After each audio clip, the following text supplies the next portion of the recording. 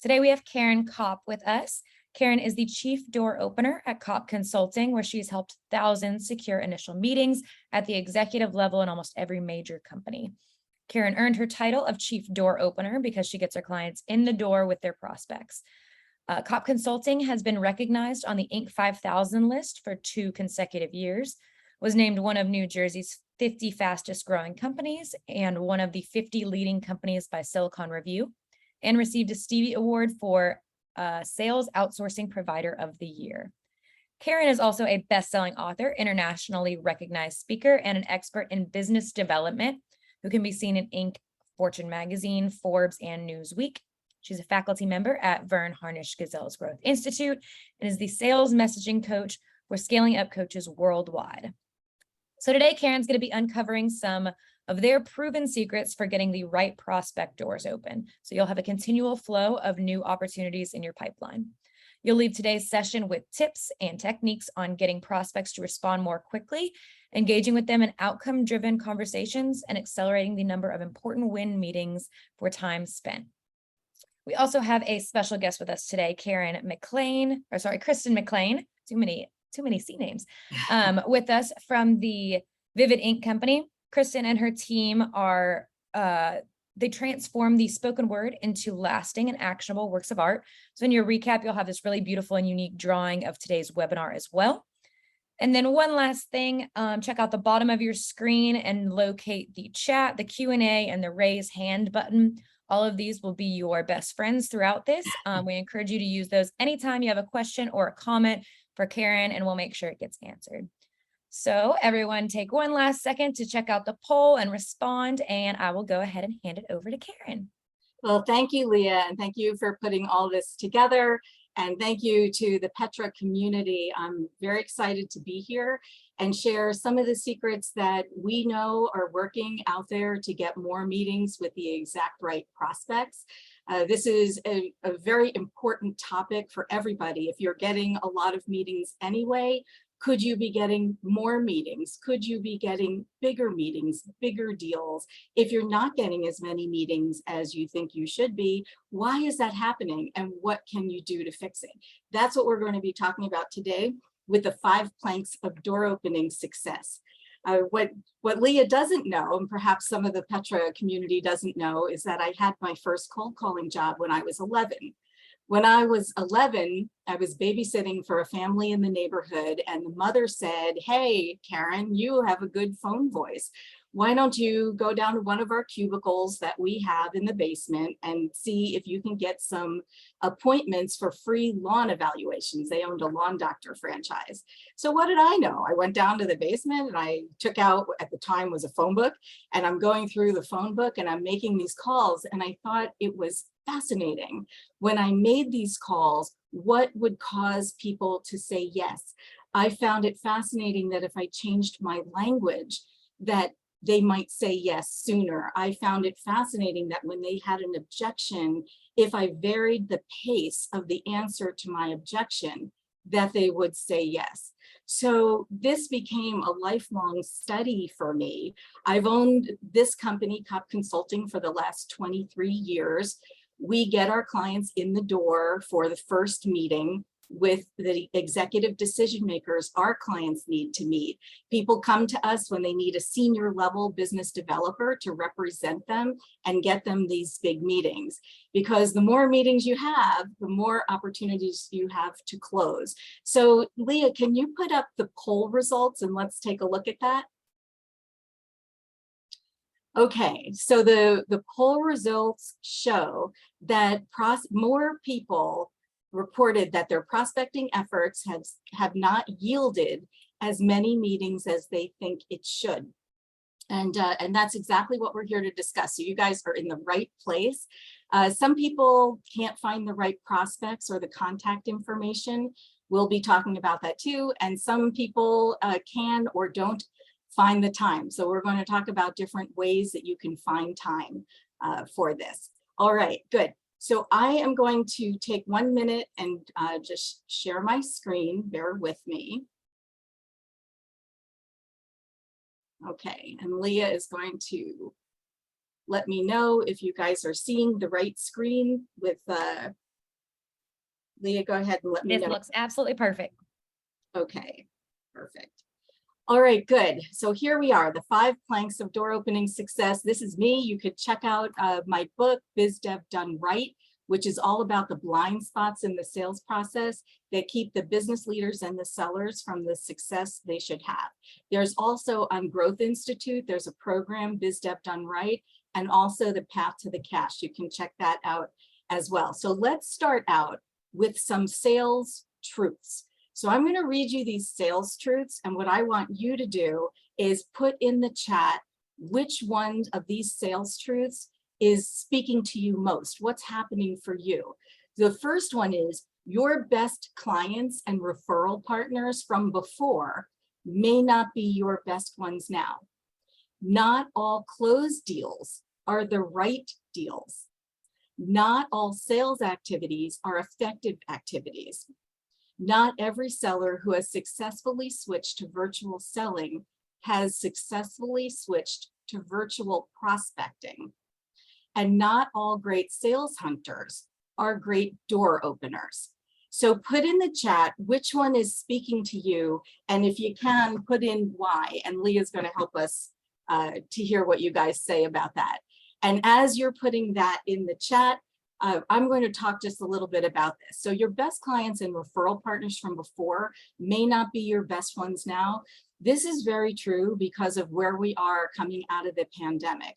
When we went into the pandemic, people had a definition of what their best sales, their clients and referral partners were, but everything changed for many people. Some people benefited, some people were hurt, but many businesses changed their definition of who their best clients were and who their best referral partners were.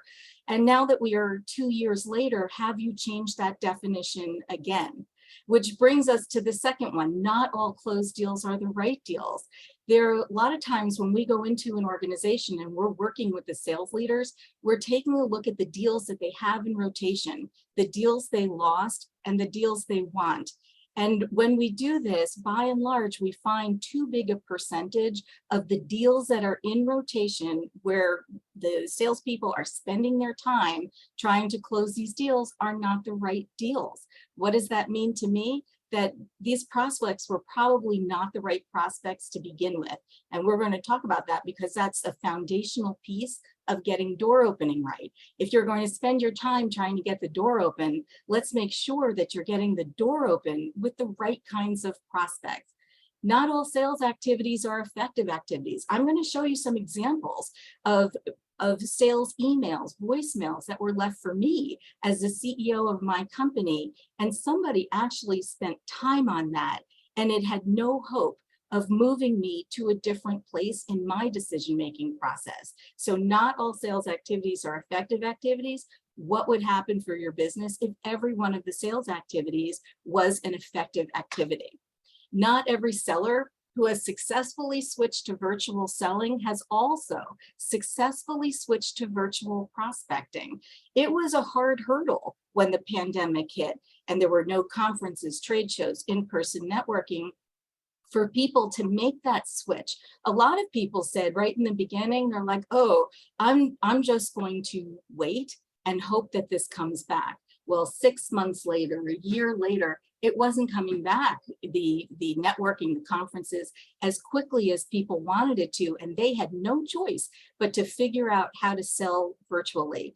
A lot of people are doing really well at that now, but the people who are doing well at that are not always doing well at virtually prospecting. And that's what we've been doing for 23 years. If you want to speak with a decision maker, you can do that. You don't need a conference or a networking event in order to do that. You can reach out to them directly and say something meaningful and ask for that meeting. We're going to talk about that more later too. And then not all great sales hunters are great door openers. This is a huge blind spot, not just for the business leaders out there, but also for the sellers about themselves.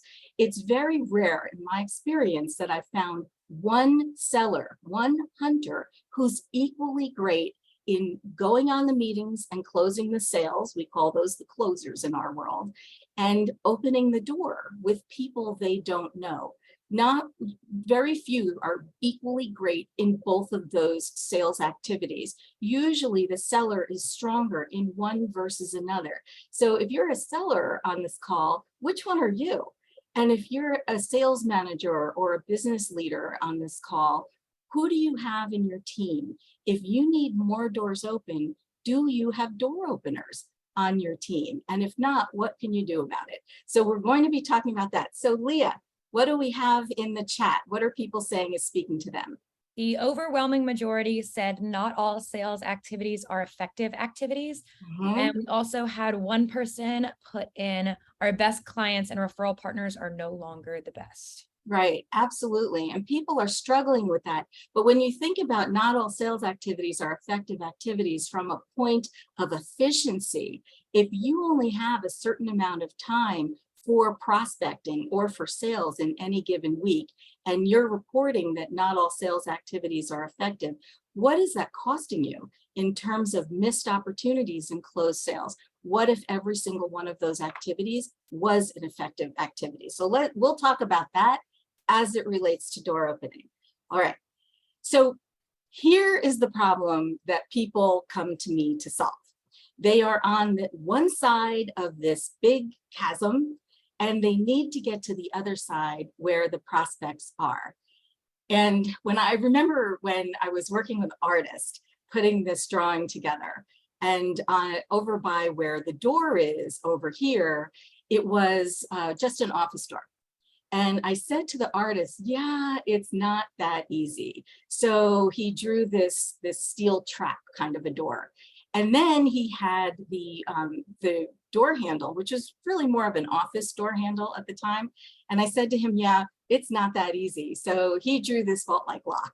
And I'm like, okay, we're almost there. Now make the chasm wider, because this little guy over here cannot take a running start and get to the other side. He must fall in. So they made the chasm a little wider. And I said, okay, this is how people feel when they hit my doorstep. They say things to me like, you get me in the door, I can close a sale all day long. I just can't get in enough doors. Either they didn't have the time, they didn't have the skills, the doors were different doors than what they wanted for their business development moving forward. They just weren't getting in enough doors, or they had the time, they had the skills, and they just would rather put a stick in their eye than do this part of the sales job, which a lot of people feel that way. It's very rare to find somebody who wakes up every day and really wants to do this job. In fact, one of our door openers was saying that she said, I don't have to make phone calls. I get to make phone calls. Like, these people love this part of the job, and they're very senior level business developers who want to do this, know how to do this job, and can get these doors open for our clients. But what I'm here to share with you today is all of our secrets. I'll tell you everything I know, and you'll either want to do it for yourself or you'll want our help or our advice. So here's where it is, the 5 planks of door opening success. The first is the right target. The second, the right message, sales message, not marketing messaging. The third is the right answers for objections. The fourth is the right door opener who's doing the work. And the 5th plank is the right execution. Notice how the word right is in front of every single one of the other words on every plank, because you can have a target, but if it's not the right target, what's the point? Because then your sales activities are not effective activities. You can have a message, but if it's not the right message for the right target, what's the point? If you have just answers for objections, but they're not the answers that get you to the next step, what's the point? So if any one of these planks is not in place, the bridge falls in. And that doesn't mean you won't get some doors open. You will. Some of them will be by accident, but they may not be the right doors. They may not be enough doors. And you may need to shore up every single one of these planks. When every single one of these planks is in place and working, the doors open much easier. And take a look at the color of the carpet inside that prospect's door. It's gold because there's gold in there. But let's make it easier on ourselves and more efficient to get these doors open. So let us start with the right target. Okay, so we're going to spend a bit of time on right target. In fact, so much so that you may say, why is this girl still talking about the right target? The reason why getting the right target is so important in terms of your focus is that if you nail target, the rest of the sales process becomes significantly easier. In fact, if you've ever had a sale that stalled later on in the sales process, after the first meeting, after the second meeting, after you delivered the proposal, your sale stalled, the prospect fell off the radar, a surprise decision maker came in at the end, put the kibosh on everything. The offender here typically is it was never the right prospect to begin with. If you think about deals of yours that stalled later in the sales process, think about it. Was it really the right prospect to begin with? So how do we make the big world of prospects into a smaller world? So I'm going to give you some background on how, when a client comes to us to do a door opener program, what is the strategy of the approach? What is the methodology that we use to help them to know where to focus in a way that shortens the time to the meeting and in a way that shortens the time to the closed sale, all the while delivering the kinds of deals that our client really wants, the important win deals. So here we're going to focus on important wins. So everybody knows, especially in the B2B world, filters like size of company, level of decision maker, geography, industry niche. And that's usually where people end their filters when it comes to putting a prospect list together. And that's for proactively going out into the market. When it's reactive, just people who are raising their hands or people you might meet by accident through networking at a conference, people don't normally put those kinds of prospects through the filter test. Do those prospects meet the kinds of prospects who will lead me to the important win deals? And if the answer is no, my question is, are your sales activities with those prospects effective activities? Wouldn't it be better to identify important win filters and then create a prospect list that you can then pursue, or review the inbound hand raisers and people you meet through networking by those filters and decide who really deserves your time and attention? So how do we do this? I'm here to share all, right? So we take the big world of prospects and make it a smaller world. I'm going to give you an example, and then I'm going to talk you through a case study. And when we do that, I'm going to ask you to put some unusual kinds of filters in the chat. So here's the example. We have a client who does process change communication. They don't advise on the process changes for their clients. They do the communication for their clients once their clients have decided on a change. So they came to us, they want to get in the door, they wanted more meetings, we were going to represent them, but we said, okay, where do we focus? My client said, well, let's just focus on technology companies like tier 2, not Fortune 500, but tier 2. Well, that world is a really, really, really big place. So how do we add a filter to help us get closer to the buy cycle for the kinds of prospects that they wanted to pursue? So we did some research on their clients. We did some research out in the market. And one of the conclusions we drew is that if their prospect had hired a new CEO within the last 12 months, that company was very likely to be making changes because they just put a new CEO in place. Then we went one step further. Instead of just the CEO, what about if they had hired a direct report to the CEO, also who has been in place for less than 12 months? Well, that's kind of interesting because not only is this company making changes, but they've already started executing on the changes. Therefore, the people who would come to a meeting, who would want to have a meeting, are more likely to be closer to needing their services. So they're not just the right people, but they're closer to being right plus ready. Not just right, right plus ready.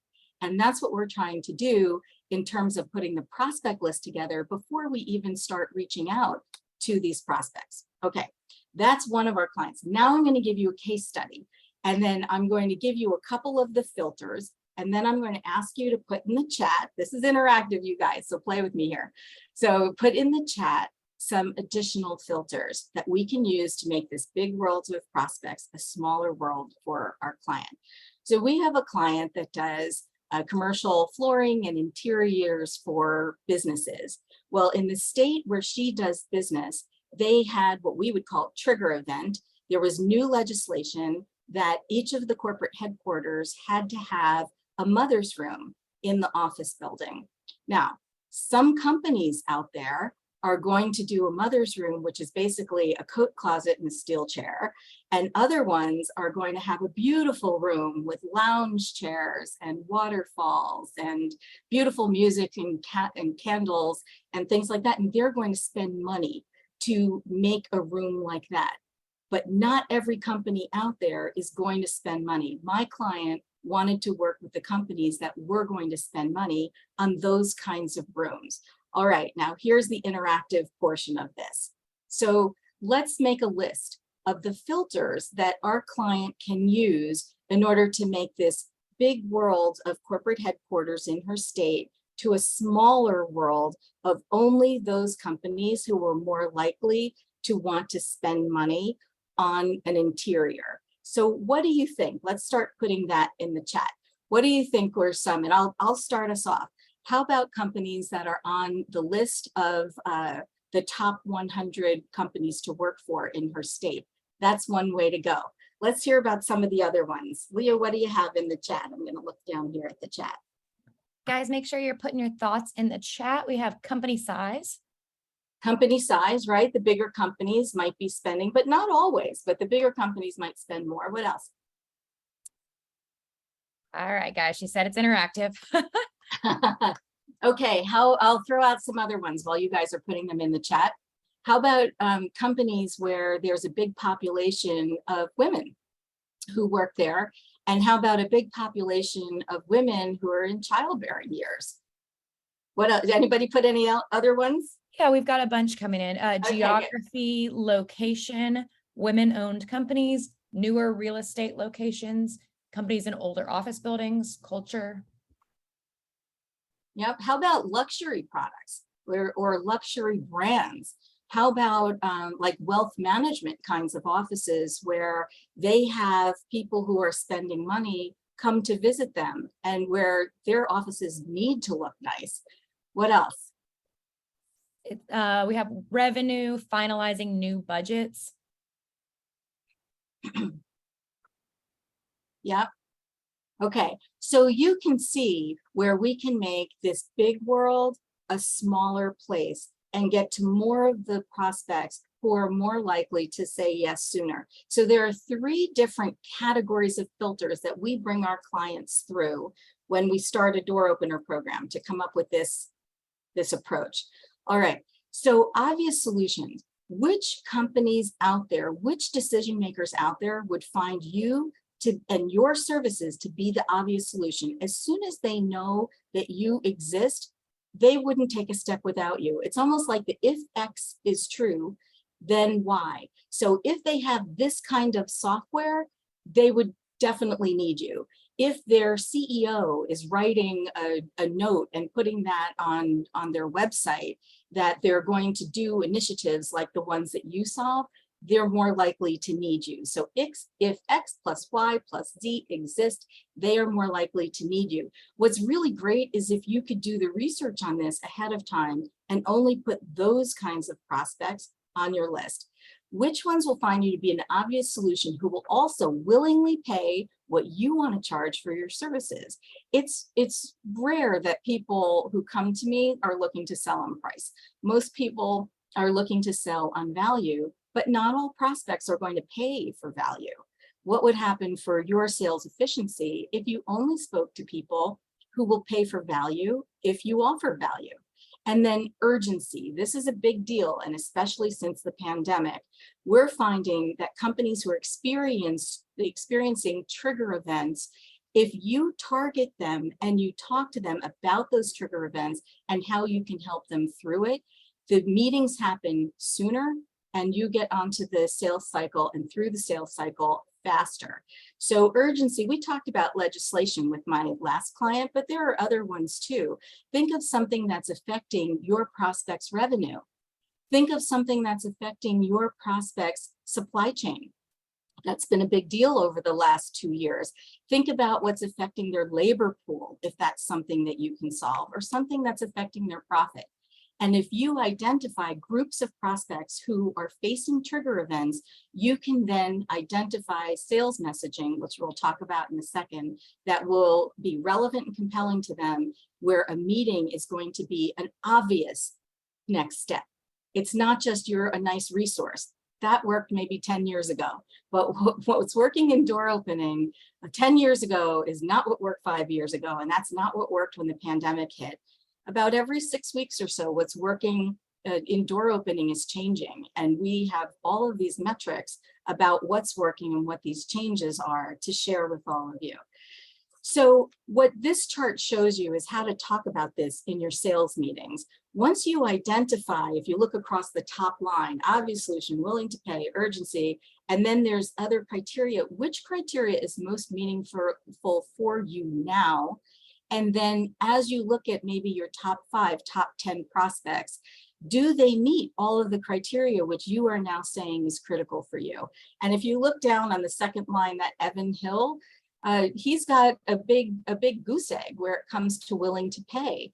Well, what happens if you can just cross all of those people off the list and you don't have to talk to them and focus your time rather on the people who have a check mark in every single one of those boxes? So this gives you a framework for how to talk internally about whether the prospects who you're currently pursuing are going to lead you to the right kinds of deals. Now, I know I spent a lot of time on target. You'll never be sorry for having the right approach, the right point of entry to lead you to the kind of sale that you want. The next step is the right message. And this is not about marketing messaging. This is about sales messaging. That's a big blind spot for people out there. People think that marketing messaging and sales messaging are the same, and they're not. Sales messaging is one-to-one. It's the spoken word. It's the email meant for one person to lead them from one place in their thinking to the next. And if your sales language is not doing that for you often enough, it's time to take a look at your sales language. Now, we have 2 trademarks in sales language. We've written all the sales language for the scaling up coaches, from getting in the door through closing the sale. Here, we're focusing on door opening messaging. Sometimes people confuse that, the door opening messaging. Like, they'll talk about sales messaging, if they do, about what happens in the meeting and how to answer the objections later on. But what happens in the meeting is different sales language than getting the meeting. What are you saying to get the meeting? And if you're not getting meetings often enough, does that need to be revised? It never fails that in my observation of what happens out there is the person with the best words wins.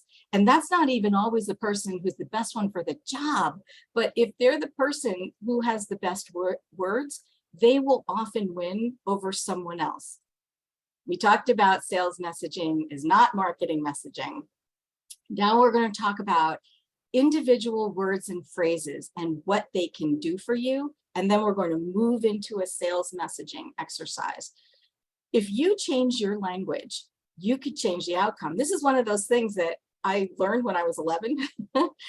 So instead of saying to somebody, I'll call you next week, what if you say to them, how's Thursday at 10? So instead of chasing them next week and leaving voicemails and emails and things like that, when you're talking to them, just ask, how's Thursday at 10? Get the meeting right then and there, no matter where you are in the sales process. Instead of saying, I'll follow up with you in 3 months, why don't you politely say, what will be different in 3 months? I call that flip the switch language. And when you deliver a question like that, it's really important to stop and let somebody think about their answer. Sellers will sometimes talk over a prospect's thought process, and then you'll never know the exact answer. Let's look at a couple of individual words. Our clients are satisfied with our services versus our clients are grateful for our services. That's intensity differential. Show and prove. I can show you how this works, or you can say, I can prove how this works. Intensity. Every word should work hard for you when it comes to sales messaging. One of the trademarks that we have is called the Kopp method of sales messaging. I came up with this a couple of years ago, and I unveiled it at a 300-person seminar. This was before the pandemic. And as I introduced this framework, and I had everybody work on it, as I'm going to have you work on it in just a couple minutes, and take out a pen and piece of paper because you're going to need that. I asked for somebody to stand up and say what their sales message was. So they stood up and they said it using this framework. It's 3 sentences, super simple. And the person at the next table happened to be a person at a major pharmaceutical company who this guy wanted to do business with. That person stood up and said, I need your card, just based on his gap messaging. All right, so here's the framework. I'm going to give you the framework. I'm going to give you an example, then you guys are going to work on your own. And just for a couple of minutes, and then we'll keep moving. 3 simple sentences. Anybody can, and you fill in the blank, but not everyone can, and you fill in the blank. For example, and I'll give you an example that comes from the promotional products industry. Now, there are a lot of companies out there who do promotional products, and many of them say the same things. They all say the same things. So I was working with one of these companies on their gap message. And I said to them, what's really important? What do you want to communicate? Where are you of more value? And they started talking about where they're different. I'm like, not where you're different. Actually, in sales, nobody cares why you're different. Now, marketing is a different story, but in sales, nobody cares why you're different. They only care why you are of more value to them. And if you can articulate that in words that are relevant and compelling to the person who's hearing it, you win. If there's a disconnect, you don't win, but your competitors might. So here's the example. They said to me, we are best in customer service. And I'm like, all right, well, if you're not good in customer service, go home. I mean, that's the price of entry for any industry. You have to be good in service. So what is it about service that makes you of more value than others? And this is where we got started. So they said anybody can say they provide great customer service, but not everyone can deliver on their promise. For example, we once chartered a plane at our expense to transport supplies on time. That's how we feel about customer service. All right, so the important part about your gap message is that sentence number 2, but not everyone can deliver on their promise. The person who hears it has to nod in agreement. That's really important. So I'm going to flip the page. I'm going to play about 2 minutes of ukulele music, and I want you guys to write down your gap message. And once you have it, put it in the chat. All right, here it is. This is the framework. Everybody should be working. Here you go.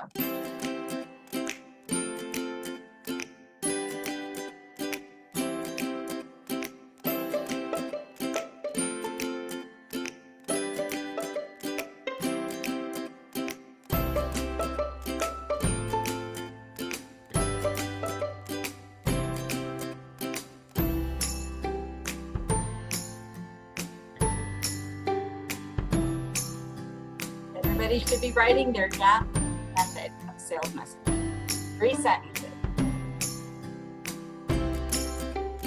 I have you share it in the chat. When you're ready, put it right in the chat.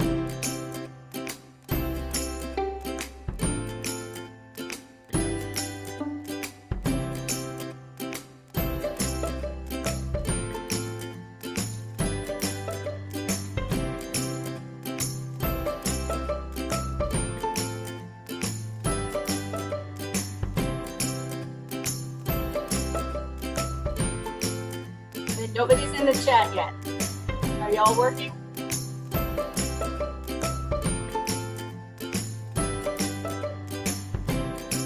Okay, just a couple more seconds. Here we got one. Everybody can have legal coverage.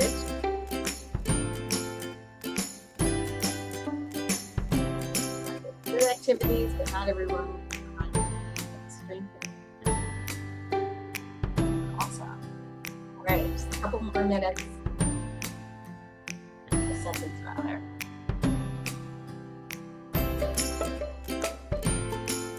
Okay.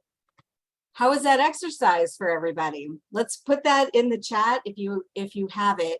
If you would like to send me your gap message that you have worked on and you want me to give you a response and give you some coaching on that, I just put my information in the chat. You can feel free to do that. If we have some time at the end, whoops, there we go. If we have some time at the end, we'll take some examples and we'll play with them. But what this does is it gives you a framework for what to say to somebody when they either ask you what you do or they tell you, I already know people who do what you do. I use one, I know 3 others, and so no thanks, I don't really need that. And this is right where you go into, well, anybody can, you fill in the blank, but not everyone can. And you fill in the blank, for example. Okay, good. Keep putting those in the chat. As you review your own gap message, remember sentence number 2, the person who hears it has to nod along in agreement. Once you've gotten that, then it's time to go back to the length.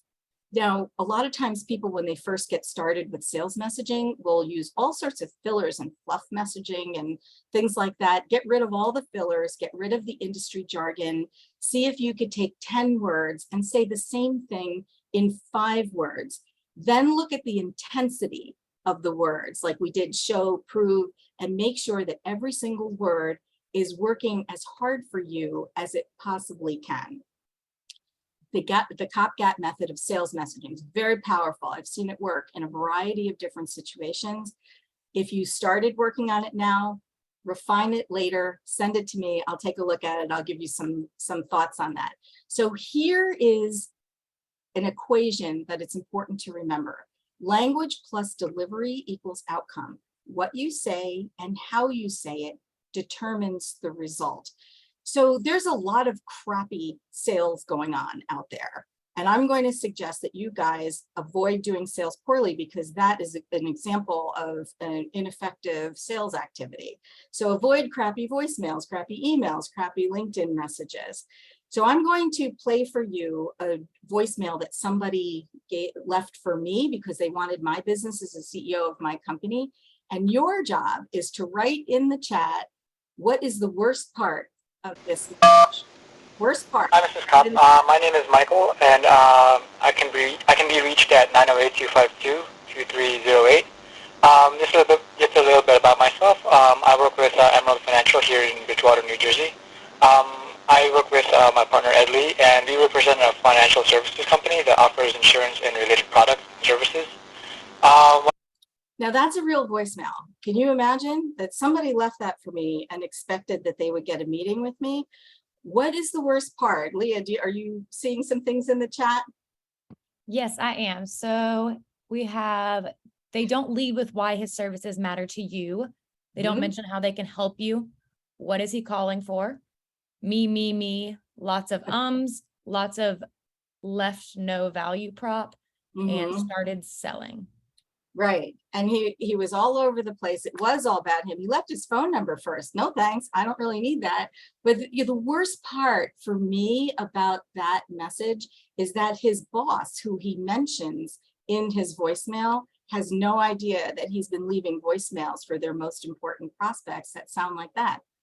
They have no hope of getting in the door and getting a meeting. All of the activities that he's doing are ineffective because they're not going to result in a meeting. Worse than that, actually, is that they're leaving a bad impression all over the place. If they care so little about me at this point in the sales process, what are they going to do later on?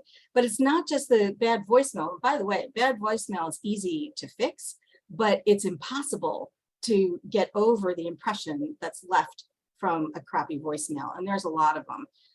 Here, don't bother trying to read that because your prospects won't either. It's way too long. And they have the I'd love at the bottom. A lot of people use that. I'd love to have a meeting with you. Well, I know why you would love to meet with the prospect, but that's actually irrelevant.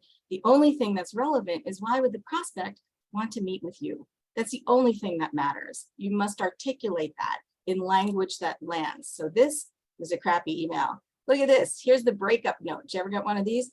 Saying goodbye is hard. And then at the bottom, if you no longer wish to receive these advertisements, when I'm with business leaders and I ask them, if somebody who doesn't know you wants to get a meeting with you, what would it take?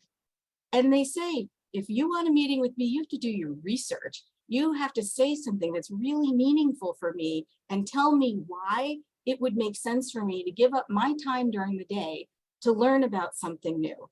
And this is not an example of that, and neither is this.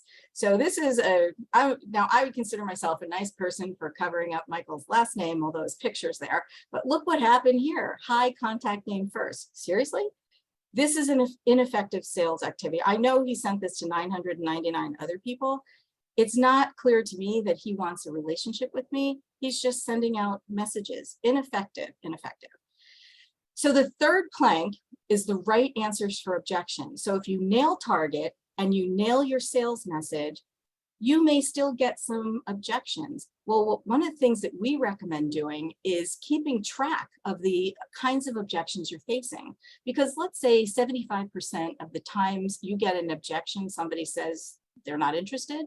Well, you may have a problem with your target. You may not be targeting people who should be interested, or your message may not be interesting. But if you're not tracking the percent of times you're facing these objections, how are you supposed to adjust your strategy? So that's one of the suggestions that we make. And also to have an objections manual that is shared throughout the company so that the people who are successful getting past the objection to the next step are sharing information with people who are struggling. Sitting next to somebody who is making calls is not an effective way for a new person to train, because just because they hear somebody saying these things doesn't mean they've internalized the sales messaging and that they can come out with it in a performance moment. We recommend proficiency training and making sure, as we do with our door openers, no matter how senior they are, that they have internalized our client's message and that they are not practicing on our clients' important prospects. And you can do the same in your companies as well. All right, the right door opener. So not every great sales hunter is a great door opener. I've run this company for 23 years. We've hired many of the right door openers, and this is a DNA thing, not just people who are experienced at it and skilled, but people who want to do this job. So I have a very short video, an example that comes from the animal kingdom of a great door opener. Here we go.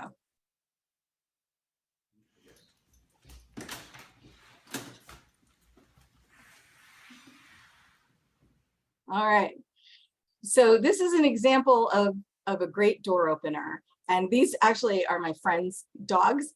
And the big one is Charlie, the little one is Leo. And Charlie is able to get that door open and Leo can't. So even if Leo wanted to, and he spent lots of time practicing, he's just not tall enough to get that door open. He can't reach the handle.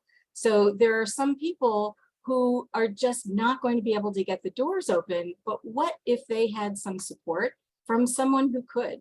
If they could close all day long and spend their time closing while someone else was feeding the top of the funnel. So it's important to figure out who is going to do this work from your organization, who has the time, the talent, and the desire.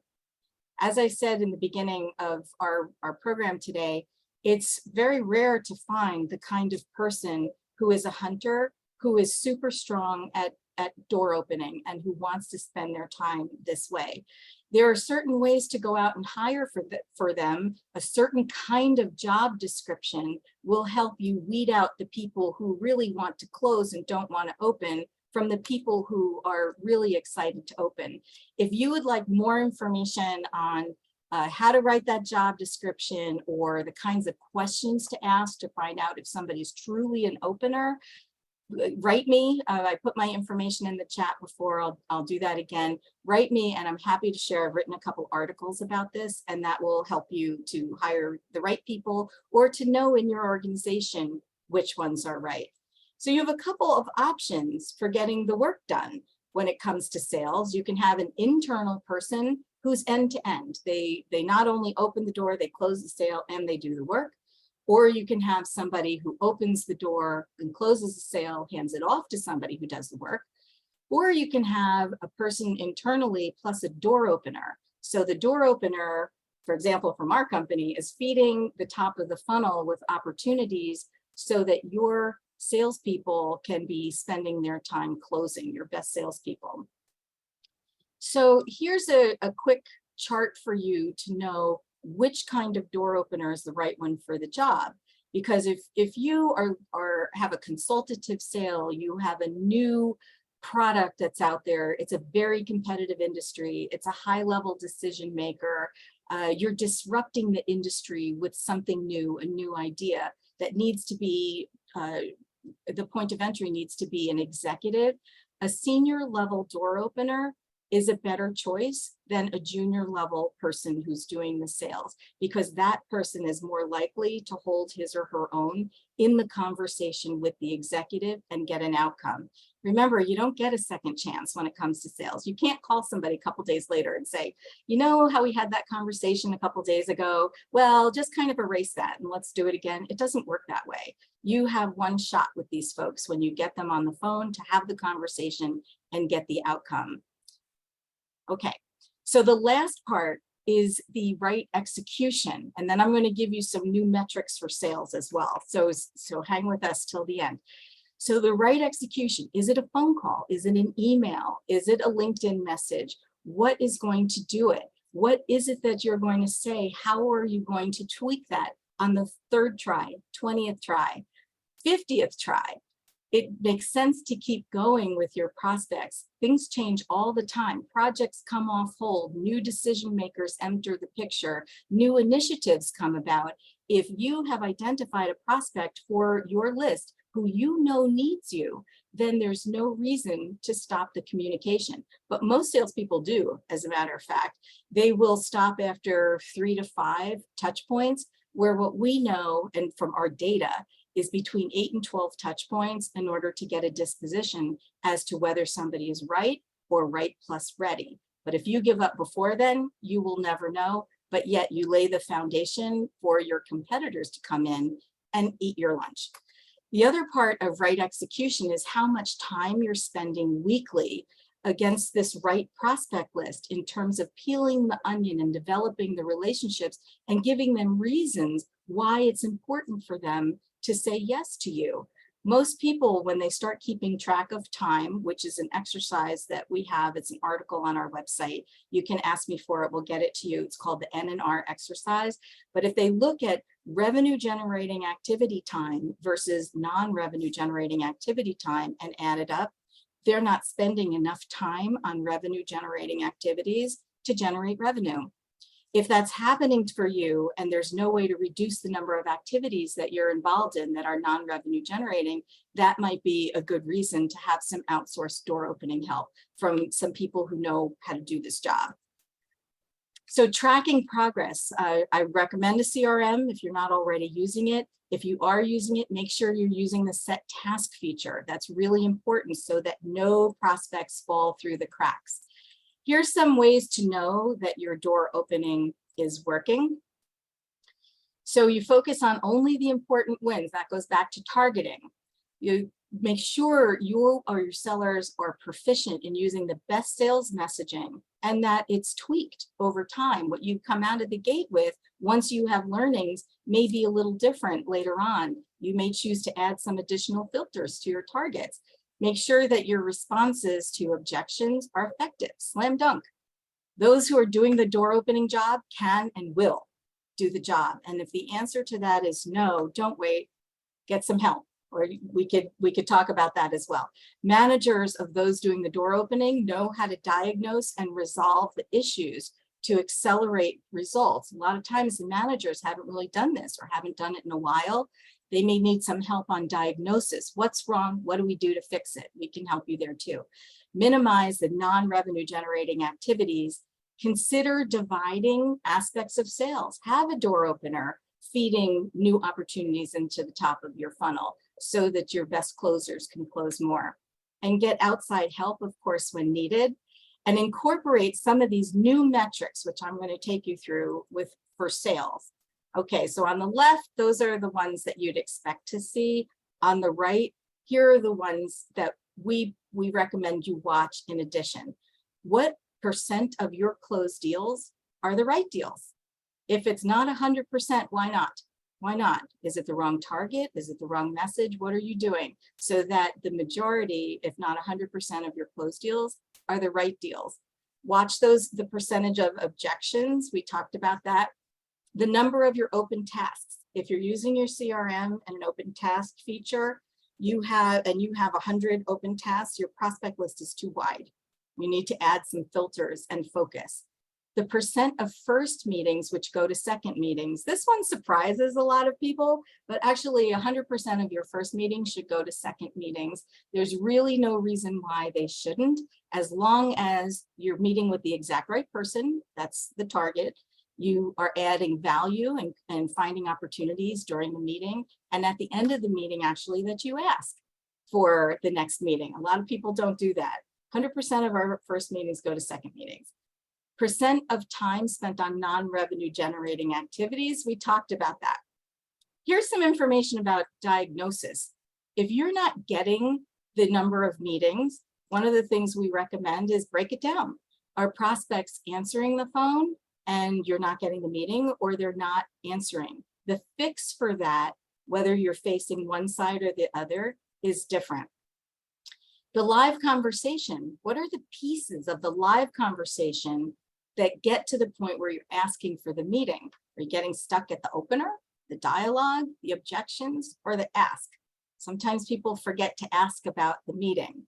So this is one of those staircases that's in one of my clients' offices, and I went to visit him. They had one floor when we started working with them. Now they grew and grew and grew. They have 2 floors. The sales team sits at the top. And when I went to visit them, this writing wasn't there. And I said, well, wouldn't it be great if you reminded the sales team every day, multiple times a day, to get the next step, date, and time? 2 days later, the CEO sent me this picture, and then he sent me this one. This is his office door. One of my favorite quotes from Dan Kennedy is the difference between garbage and salad is timing. So as long as you're focused on the exact right prospects, don't give up, because it's just a matter of time before they need you, as long as they are the right prospects. Hang in there, because your competition won't. So in the chat, I want you to put in, what is the #1 reason that you think why sales which should close don't close? What's the #1 reason for that? And as you are putting that in the chat, I'm going to put up my information where you can reach me. Make sure to link in with me and tell me how you're doing. I also have, for this particular group, Petra, that if you would like an assessment, a half-an-hour assessment on your door opening and some information as to why you're not getting as many meetings as you should and what you can do about it, whether you choose to do that internally or if you want to talk about outsourcing to us, just email me and let me know you were on this program, and we'll go ahead and get you scheduled and we'll get you that assessment. All right, so what do you think is the #1 reason why sales which should close don't close? What is it? Hearing lack of clear follow through, continual follow up, lack of follow up seems to be the consensus there. Mm-hmm. Before the pandemic, the #1 reason why sales which should close didn't close was the lack of timely and effective follow through, just as you're putting up here now. But it's changed, just like sales has changed since before the pandemic. It has changed. Getting in the door has changed. So the #1 reason why sales which should close don't close now is because people didn't get in the door to get the first meeting in the first place. because it has changed. So the 5 planks of door opening success is the methodology for making sure that you have the efficiency that you need to get these right doors open, right target, right message, right answers for objections, the right door opener doing the work, and that right door opener is doing the right activities. Every activity is an effective activity. And that's when you're going to be most efficient in getting those doors open. So make sure that you're taking a look at what you're doing. And if you would like to have a conversation with me about what you could be doing differently or better to get more doors open, or you want to know more about door opening for your company, make sure to reach out to me. My information's in the chat. Everybody link in with me and tell me how you're doing. And then if you would like me to review your gap message and give you some comments and feedback, definitely send it over to me and I will get back to you. Leah? All right. Thank you guys so much for attending today. Like I mentioned, you'll receive a recap in the next 24 hours that will include all of the resources mentioned and also a link to rewatch or to share with your team. Be sure to check out petracoach.com and click our events tab to see all of our other upcoming webinars and workshops. Also view our previous ones. As always, if you have any further questions or we can provide additional help for your organization, reach out at info@petracoach.com. And Caryn, a huge thank you for being with us today and for the valuable message that you delivered. Thank you. Have a great day, everybody. Have a great day. Thanks, guys.